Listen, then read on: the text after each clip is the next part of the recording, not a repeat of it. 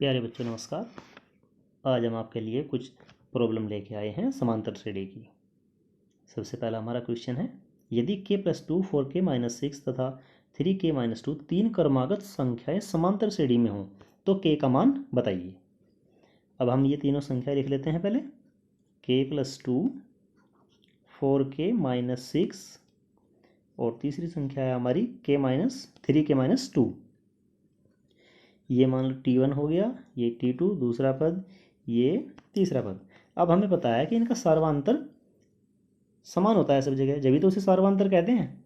तो अगर मैं T2 में से दूसरे पद में से पहले पद को घटा दूँ तो भी समान संख्या आएगी, और तीसरे पद में से दूसरे पद को घटा दूँ तो भी समान ही अंक आएगा, जो इसका सार्वधातुक होता है।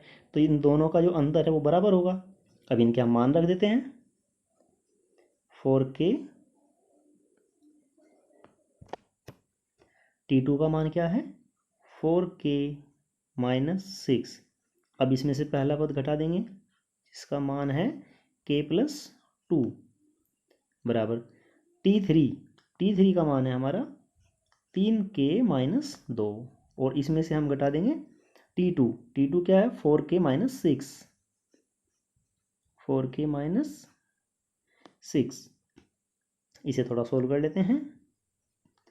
ये हो जाएगा हमारा 4k-6, माइनस की ब्रैकेट में गुना कर देंगे तो -k और -2 बराबर 3k-2 -4k, और ये माइनस माइनस प्लस हो जाएगा, प्लस का 6 हो जाएगा। आगे से सोल्व कर लेते हैं। 4k में से एक k घट जाएगा तो क्या आएगा 3k, -6 और -2 -8 बराबर 3k और माइनस के 4k हैं राइट साइड में, तो इसमें क्या बचेगा -k, -2 और प्लस का 6, कितना प्लस का 4 बचेगा। अब ये k को लेफ्ट साइड में ले जाते हैं तो क्या हो जाएगा 3k और प्लस k बराबर 4 पहले से ही है, 8 को इधर ले आते हैं तो ये प्लस का हो जाएगा, और अब 3k और प्लस k कितना हो जाएगा 4k, 4 और 8 12। इसे थोड़ा सा यहाँ पर सोल्व कर लेते हैं तो k बराबर क्या आएगा 12/4 यानी कि 3। तो इस प्रकार इस प्रश्न में हमारी k की वैल्यू क्या आ गई 3। अब इससे अगला क्वेश्चन देखते हैं। हमारा अगला प्रश्न है, किसी समांतर श्रेणी के 5वें और 9वें पद क्रमशः 11 और 7 हैं, 16वां पद ज्ञात कीजिए। तो इसके लिए हम पहले लिख लेते हैं, हमारा एक फॉर्मूला है Tn बराबर a+n-1d। इसमें आपको पता है Tn है हमारा nवां पद, a प्रथम पद, n पदों की संख्या है और d हमारा सार्वधातुक है। तो इसने कहा है कि 5वां पद 11 होगा। देखो क्रम से लिखा हुआ है, तो 5वां पद 11 और 9वां पद क्या होगा 7।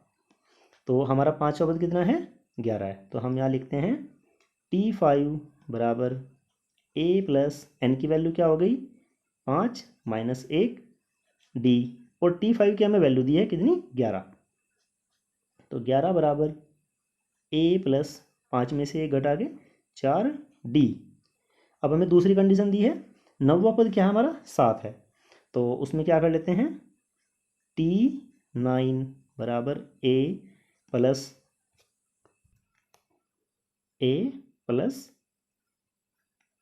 n की वैल्यू है 9 -1 d, और T9 का हमें मान दिया है 7, 9वां पद इसका 7 है।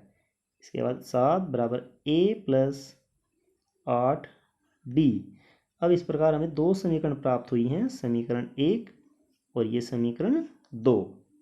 हम क्या करते हैं, समीकरण 2 में से 1 को घटा देते हैं, तो 2 में से जब 1 घटाएंगे इसके नीचे लिख लो इसे, 11 बराबर a+4d, ये हमारी समीकरण 1 है।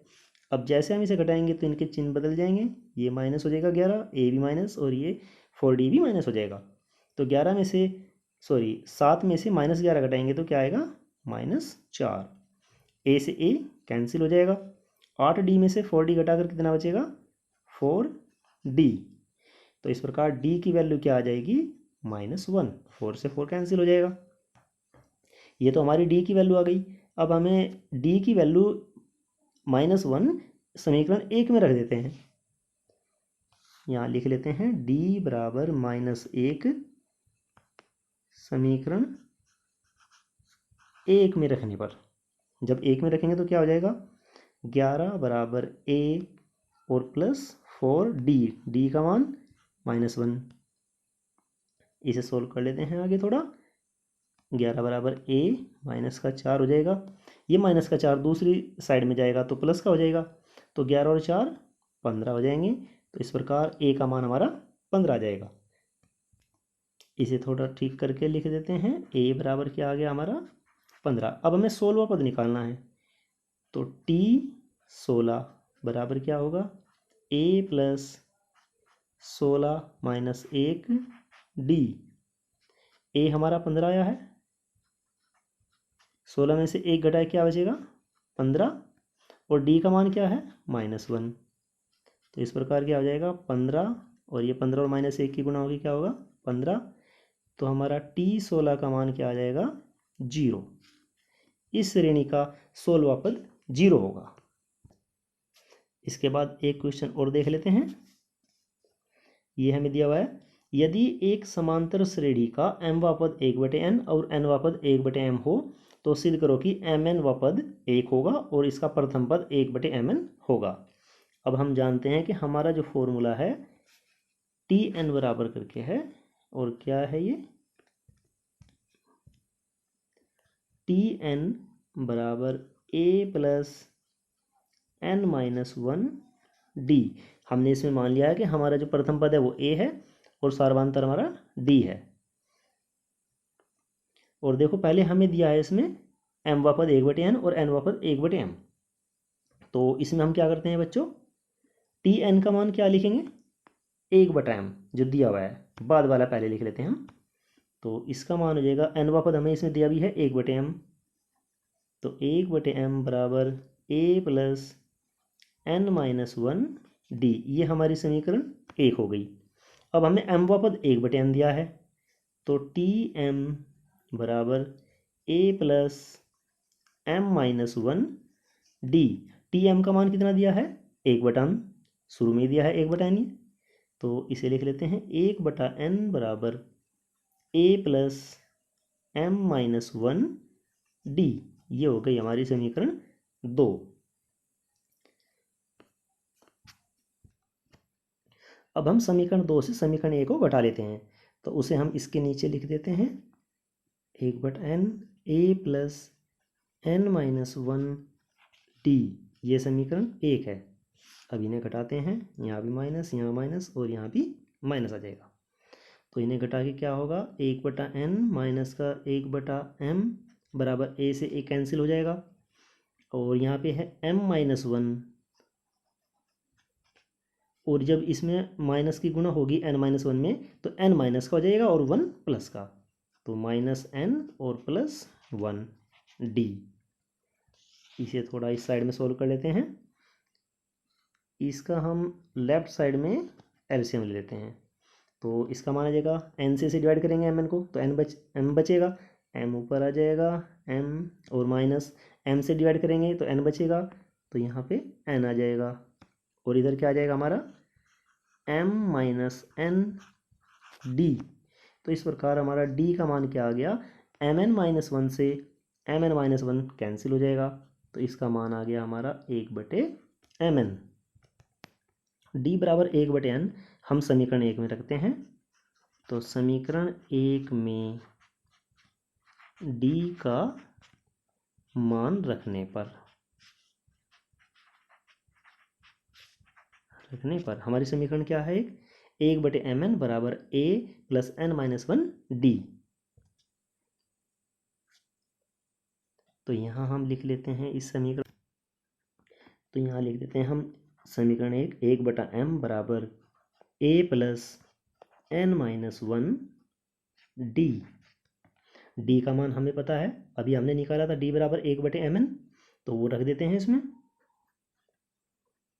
1/m बराबर a प्लस n-1 डी का मान रख दिया 1/mn, या mn बराबर a प्लस, अब ये n-1 की एक में गुणा हो जाएगी तो यही आ जाएगा 1/n-1/mn, और यहाँ 1/m बराबर a plus n/mn minus 1/mn। यहाँ पे n से n कैंसिल हो जाएगा, तो क्या आएगा 1/m बराबर a plus 1/m minus 1/mn। 1/m से 1/n कैंसिल हो जाएगा, तो यह आएगा 0 बराबर a माइनस 1/mn। तो इस प्रकार हमारे a की वैल्यू भी क्या आ जाएगी 1/mn। और हमें किसका मान बताना है, हमें mn वा पद बताना है। तो हमारा फॉर्मूला हो जाएगा Tmn बराबर a प्लस mn-1 d, ये हमारा फॉर्मूला हो जाएगा। और इसमें हम a की वैल्यू रख देंगे पहले। a की वैल्यू है हमारी 1/mn प्लस mn-1 1/mn। तो इसे हम थोड़ा सोल्व कर लेते हैं। 1/mn प्लस mn/mn और माइनस 1/mn। अब इसमें आप देख सकते हैं 1/mn से 1/mn कैंसिल हो जाएगा, क्योंकि ये प्लस का है और एक माइनस का है, और यहाँ पर mn/mn से कैंसिल होके 1 होगा, तो इसकी वैल्यू क्या आ गई हमारी 1। तो Tmn की वैल्यू हमारी 1 आ गई, और हमारा जो प्रथम पद है a वो क्या आ गया हमारा 1/mn। ये दोनों चीज़ें हमें सिद्ध करनी थी। अब एक क्वेश्चन और सोल्व कर लेते हैं। ये हमें दिया है क्वेश्चन नंबर 4, किसी समांतर श्रेणी का प्रथम पद 8, अंतिम पद 86 तथा सर्वांतर 3 है, तो पदों की संख्या ज्ञात करो। हम मान लेते हैं हमारी इस श्रेणी में पदों की संख्या n है और यही हमें ज्ञात करनी है। तो हम इसका फॉर्मूला लिख लेते हैं, Tn बराबर a प्लस n-1 d।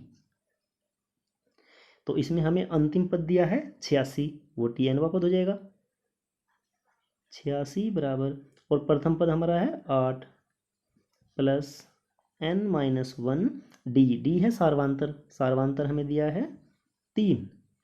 तो अब 86 बराबर 8 प्लस, इसकी गुणा कर दीजिए 3 की, 3n-3। अब ये हो जाएगा 86 बराबर 3n प्लस 5। 86 माइनस 5, हम 5 को इधर ले आए और बराबर हो जाएगा 3n। अब यहाँ लिख लेते हैं 3n बराबर हो जाएगा हमारा 86 में से 5 घटाकर कितना बचेगा 81, और n बराबर क्या आ गया 81/3 बराबर 27 आ जाएगा। तो n बराबर हमारा आ गया 27, यानी कि इस श्रेणी में पदों की संख्या 27 है।